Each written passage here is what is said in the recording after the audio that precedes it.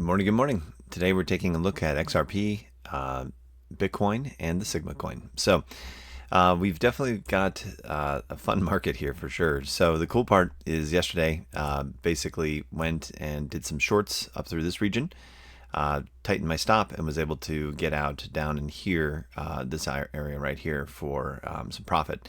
Now the expectation, what we ended up getting yesterday, and we're going to adjust some of the expectations of how this count was going to look with these numbers right here, or these lines, is we were going to get our 5 waves down, which we did. So there's our 5 waves down. I thought a little bit lower for the sweep than what we got, but we ended up having that breakdown. So now the idea is that we were going to move up off of that 5 waves down, and we were going to have an ABC correction that was going to be pretty whipsawy. And we ended up having a whipsaw, but it ended up going to the upside here. So rather than, we did have this target in mind here, but rather than coming down deeper first, we ended up going with an A, and then a B, and then a C. So here's your ABC right here. So this now completes our B wave for this larger ABC. So we just had a little bit of an issue with, exactly where we were going to hit for the targets, but we ended up doing that behavior right there.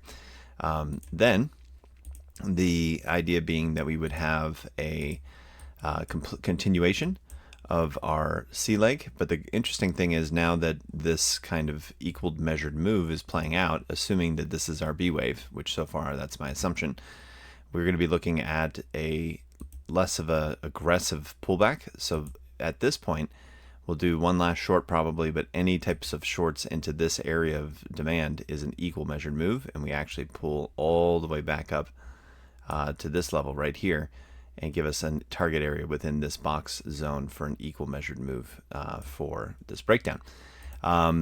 Then we should be free to go. So this is kind of the area of interest that we're now looking at. We run over and we grab our supply. We can see we have a possible front run pushing us back into this 291 region. So I would actually even expand this a little bit higher and push it right here. Now, in addition to that, we also have our fib levels. So our fib levels give us the area of interest of putting us at a 3A2 region. So this is probably where I would expect a bounce to play for an ABC and a continuation from here that would give us ultimately the ability to just kind of get out of here and be done with this small mini correction, allow me to re-long.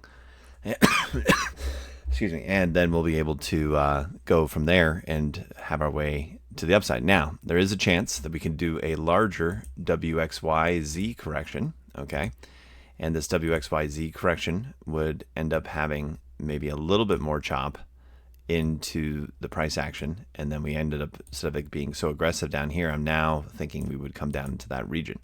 So this is kind of how things have changed this morning. As of right now, you say, okay, well, why are we thinking that this is corrective and not impulsive? And it's because whenever we have these candles like this and these levels that just get completely just right through, after doing the 5 waves, your expectation is to do an ABC move to the upside. So let me hide some of these so we can see the price action underneath. Let me get that right there. We have basically a whole bunch of liquidity that was, let's just pull that off the side. There we go.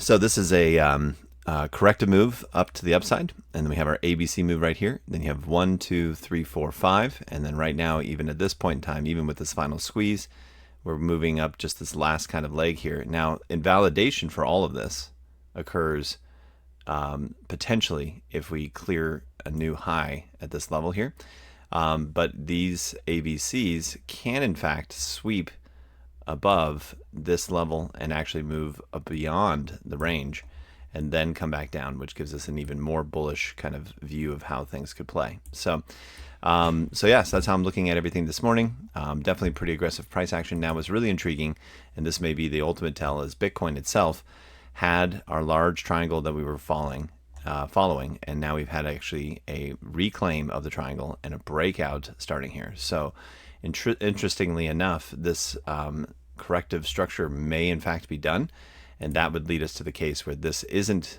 going to roll over, or if it does, any fall downs or gap closes right here or anything along those lines that come into play are needed to be bought, and we can finally flip bias fully to long and we can get out of here. So so this Bitcoin wedge breakout, if this ends up staying up here in this region, then and back testing and holding support and going, but if we just roll back over and this ends up becoming just kind of a wonky E leg, that rather than completing where we thought it did at the top of the wedge, it actually goes up and out of it, and we still break down, is what I'm cautious of at this point. And so this is where everything is kind of, changed, is the potential for this upside move.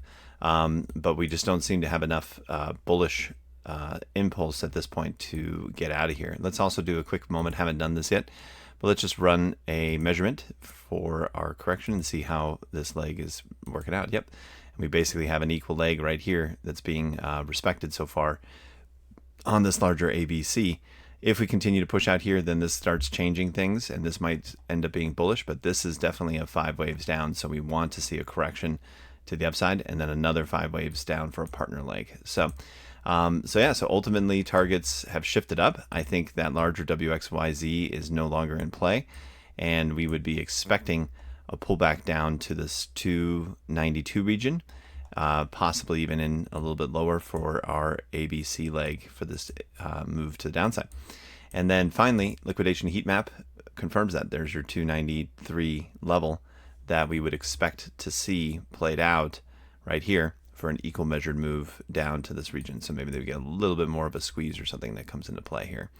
So, but yeah, so that's kind of how I'm watching the price action this morning.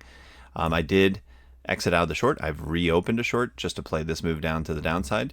And then at this point, that may be the completion of an ABC and we just flip bullish. So I'll be definitely looking to the upside as we close this volume gap down in here. So let's see what else to tell you. Oh yes, so we have the Bitcoin question. Will we break back down again?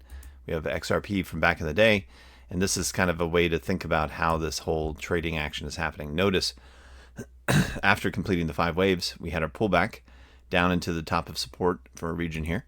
We had a pullback down into the top of support for a region here with a 5-wave move to the down. 5-wave move to the downside that came in super zoomed in here, but here was your 5 waves down. Okay, then we did an ABC back up almost to the top of the range with a lower high, and we had an ABC back up almost to the top of the range with a lower high, and then from there we ended up breaking down and we came all the way back down below and into this little bull flag area right here, and that would take us all the way back down into this region right over here, this little bull flag area right here. So so even the pricing structure plays for what we've done in the past, and then there would be a lot of chop as people are trying to figure out which way is going on, and then we would have one more breakdown that can play. So market appears like it's wanting to continue this move, but the question is, in my mind, is if this is what wave 1, wave 2 of the larger degree, and we end up having this larger 5-wave move to the downside, but it doesn't do it in 5 waves, and it does it like this, then we would expect that we would have another partner leg to go down. But right now, this is basically pretty good for me. So if we were to just see 5 waves here and we stop, then we would start looking bullish with tight stops below the range to see if we can then stay there, or if we have to go lower down into the 280s. But the heat map tells us that it's probably likely to come down to the 293, and the measured move takes us down to 293, and the volume gap takes us down to 293. So that's basically the trade that I'm doing right now, is this, and then we'll see how that ends up playing here over the next day or so. And then from there, we'll look to flip long or be cautious of that long and have to come back down further and flip long down here.